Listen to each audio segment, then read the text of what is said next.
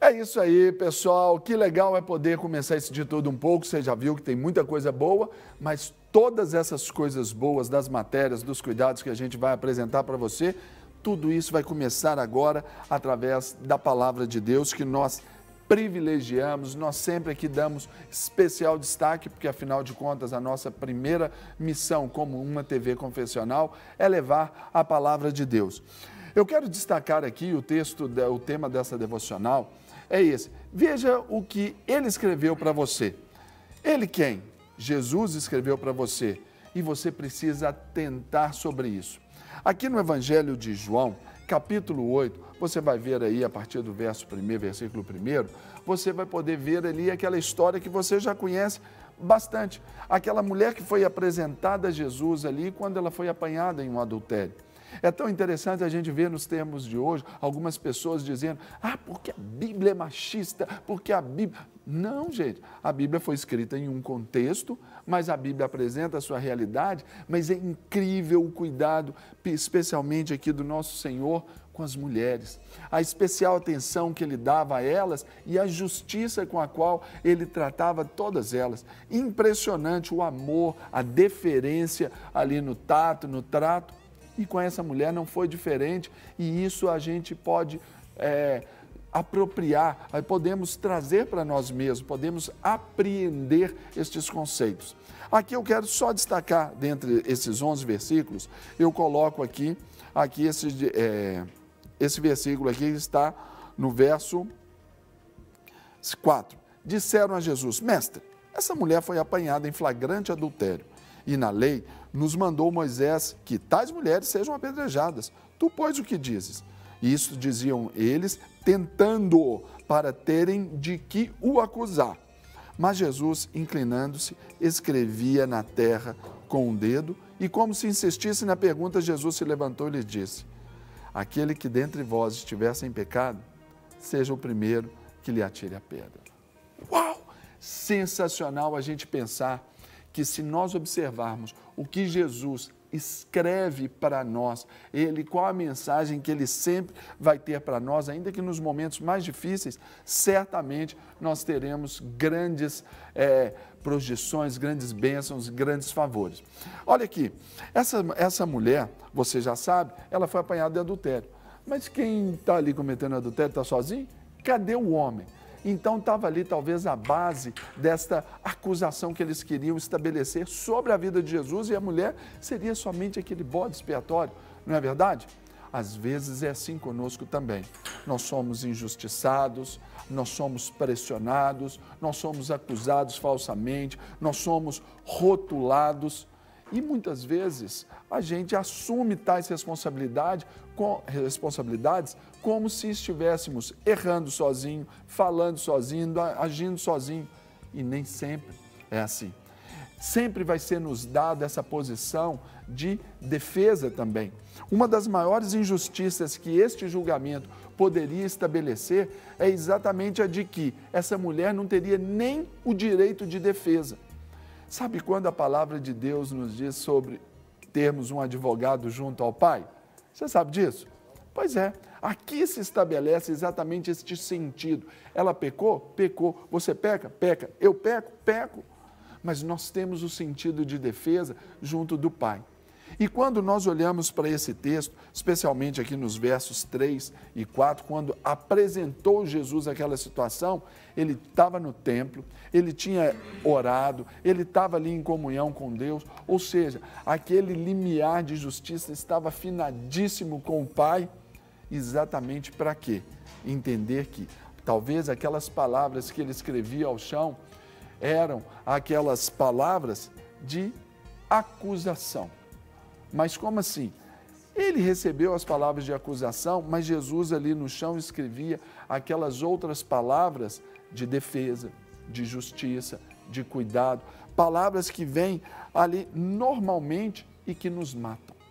Quando falam que eles estavam com as pedras na mão, nós vamos ver que também existiam deles, dos fariseus, dos religiosos, ali daqueles opressores, existiam aquelas palavras também de condenação. Essa mulher foi colocada, foi pega em adultério, olha só, ela tem que morrer mesmo, é isso aí, ó, não tem jeito, seu casamento acabou, não tem jeito mais para o seu filho, agora para o seu filho, ou é cadeia ou é caixão. Olha, para o seu marido, esse marido seu tem que levar tinta mesmo, para ele aprender a deixar de ser bobo. É isso aí, ó, roubou os outros, agora tem que ser roubado mesmo, tem que quebrar a empresa. Quantas vezes essas palavras de acusação, essas palavras de condenação, elas são colocadas para nós? Erramos todos, pecamos. Mas o sentido maravilhoso da graça de Deus para nós não é aquela graça barata, onde a gente peca e fica por isso mesmo. Ele vai me perdoar, somos filhos de Deus.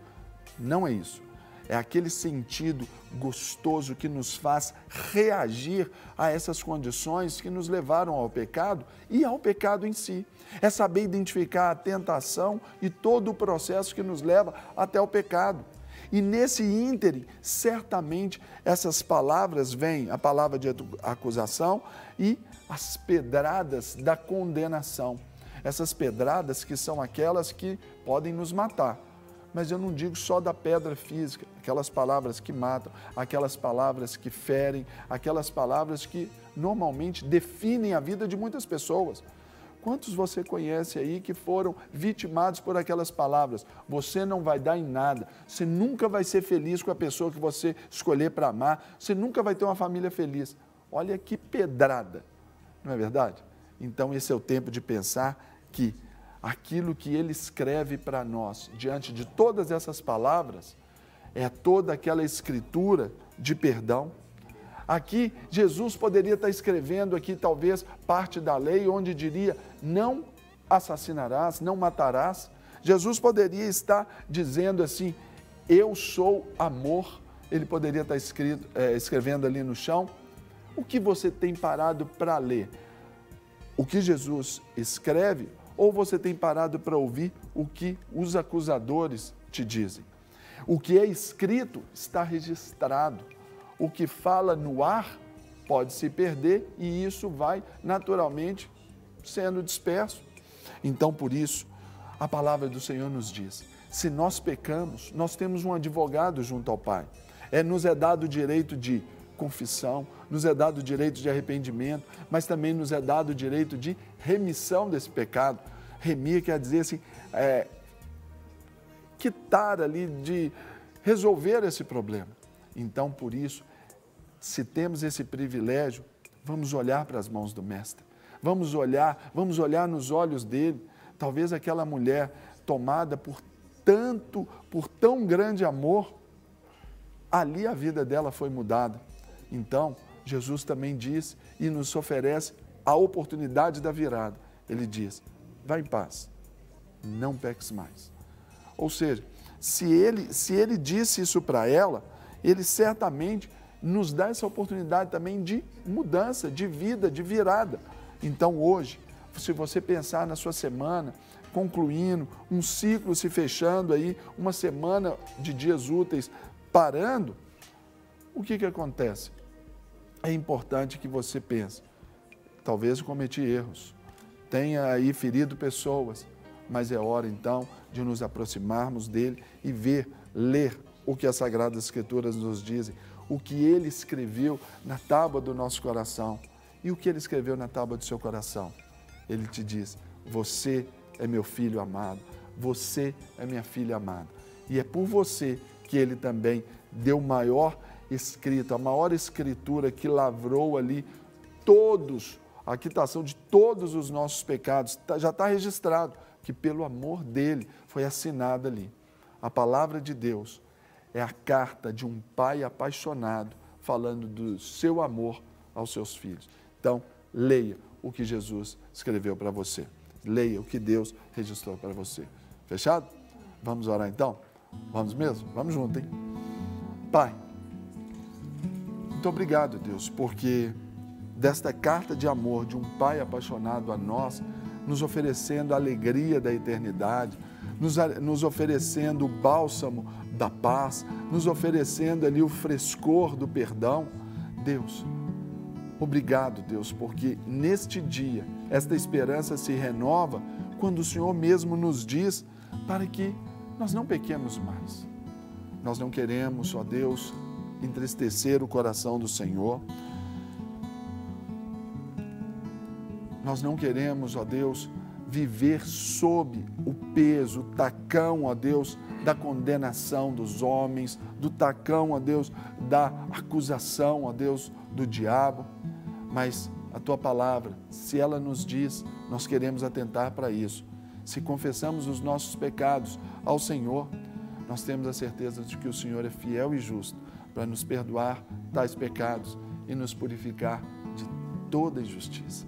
Obrigado porque na cruz nós fomos justificados. Naquele sangue nos tornamos justos.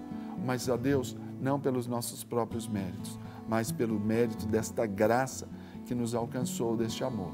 Por isso, ó Deus, que sejamos, ó Deus, participantes desta obra, de levar, de espelhar e de espalhar, ó Deus, o amor do Senhor. Deus, glorifica o Teu nome na vida de cada um dos meus irmãos. Glorifica o Teu nome, Deus, na nossa nação. Eu oro, ó Deus, para que o nosso próximo domingo, dia 28 de outubro, para a nação brasileira seja um tempo, ó Deus, de especial, de grandes favores, um tempo, ó Deus, de rasgar os céus, um tempo, ó Deus, de se ver, ó Deus, a glória de Deus sobre essa nação. Um tempo do Brasil se reerguer, levantar, resplandecer e saber que a glória do Senhor vem sobre nós. Saber, ó Deus, que o Senhor, ó Deus, tem planos, tem pensamentos, ó Deus, especiais a respeito do Brasil. Ó Deus, existem promessas que precisam ser, ó Deus, tomadas, apossadas, ó Deus, em favor, ó Deus, da nossa nação. E como igreja, como noiva do Senhor, ó Deus, nós agora lançamos essa palavra, Deus, de bênção, essa palavra profética, Deus, de paz, de prosperidade, de ordem, de progresso sobre a nossa nação. Deus, que o povo brasileiro se levante, ó Deus, em uma só voz, que o povo brasileiro seja esse, ó Deus, sedento por fome, seja e faminto, ó Deus, por justiça. Que o povo, ó Deus, seja aqueles que anseiam, ó Deus, pelo manifestar, ó Deus, do Teu poder na nossa nação. Que, de fato, não por políticos, não por homens, mas que esperemos, ó Deus, o governo do Senhor sobre a nossa nação. E assim, ó Deus, vejamos, ó Deus, famílias inteiras sendo salvas, famílias sendo reconstruídas, uma sociedade, ó Deus, que glorifique o Teu nome. Pai, abençoa o nosso país, abençoa a nossa pátria amada, abençoe, ó Deus, essa nossa mãe gentil, Deus, e que de fato, ó Deus, o favor do Senhor seja visto na nossa nação, não só por um lábaro que nós ostentamos ali, ó Deus, estrelado, mas que seja, ó Deus, esse lábaro, essa cruz, ó Deus, sobre a nossa nação, cumprindo todo o propósito de salvação, de remissão e de vida para cada um de nós, os brasileiros.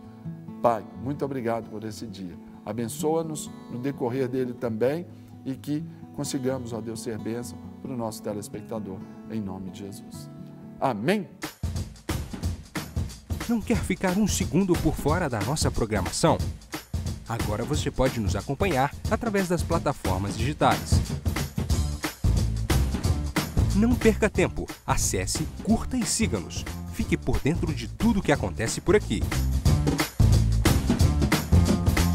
Rede Super, inspirando você.